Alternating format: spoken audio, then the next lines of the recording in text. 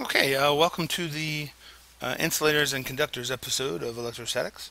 Here we'll be comparing electrical conductors to electrical resistors to see how they're similar and how they're different. Okay, so we're going to start with the electrical conductor.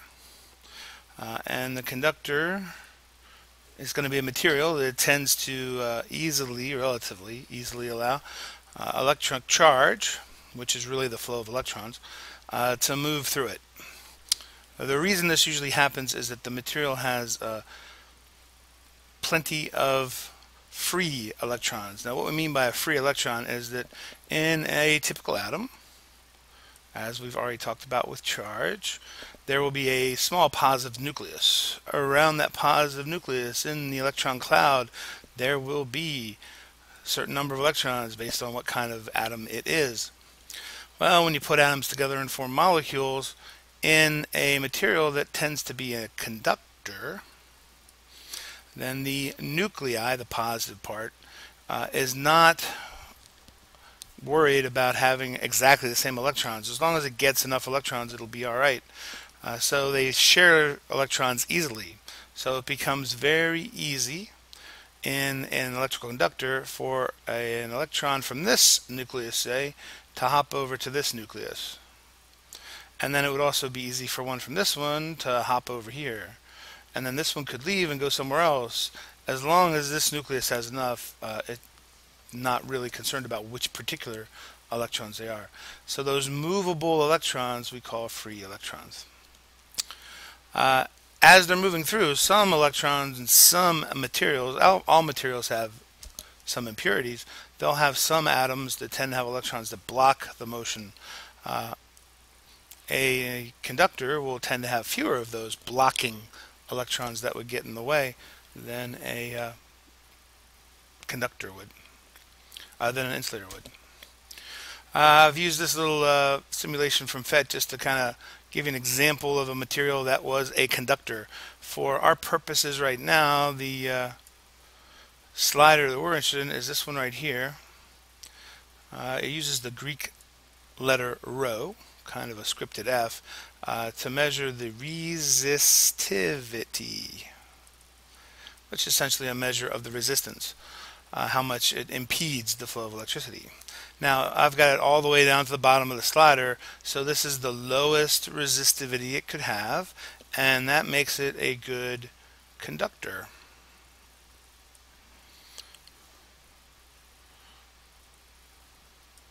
So if we have a piece of negative charge, an electron, and it heads into this material, you can see there's not much in its way. Each of these little black marks is a blocking electron. Now, there aren't a lot of blocking electrons in this material, so it would be relatively easy for an electron to move from one spot to the next. The nuclei inside that piece of material would have no problem sharing those electrons as they move through. Again, they wouldn't care too much which electrons they have, as long as they have enough to complete their energy levels. So that's a good example of what the interior of a conductor might look like.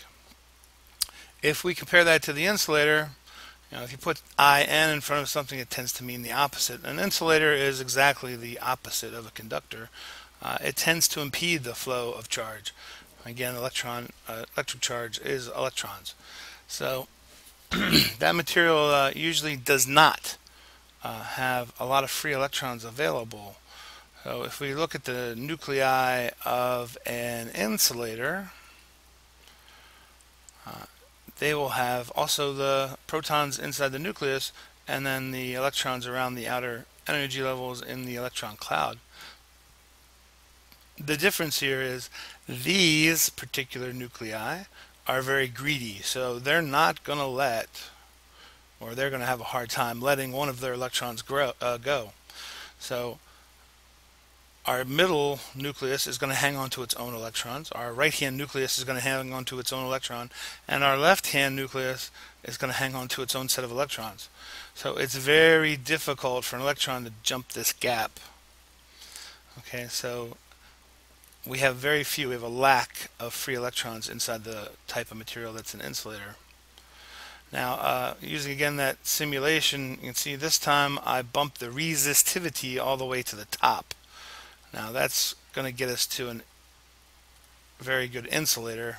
And if you look at the picture, there are a lot of blocking electrons. Now our little charge, as it tries to get through, it's going to have a hard time finding a pathway. In fact, if the insulator is good enough, we might not be able to get electrons through the material, and therefore will not be able to have what we will later look at in terms of a circuit.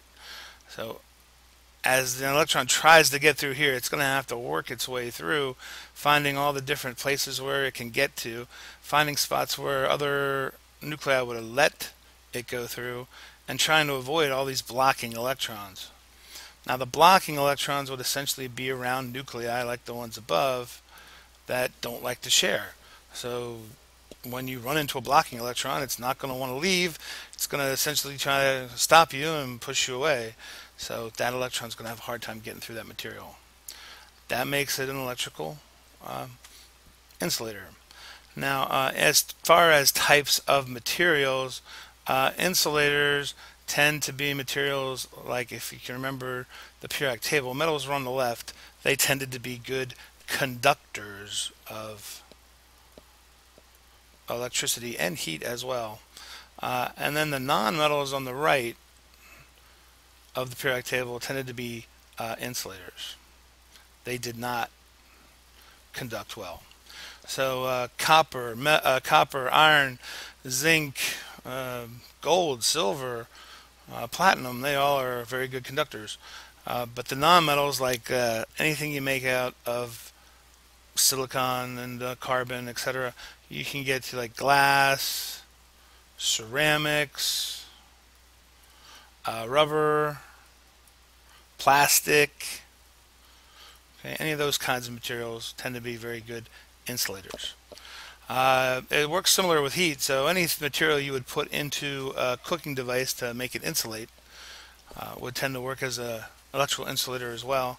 Anything you would put in to conduct heat, like a pan, would usually be made out of metal, whereas a baking dish might be made out of glass or ceramics, because it works in a similar way with heat energy as it moves through the material. Well, that's the basics of conductors and insulators. We'll look at how we can polarize the conductors and what happens to the charge on a conductor in our next episode.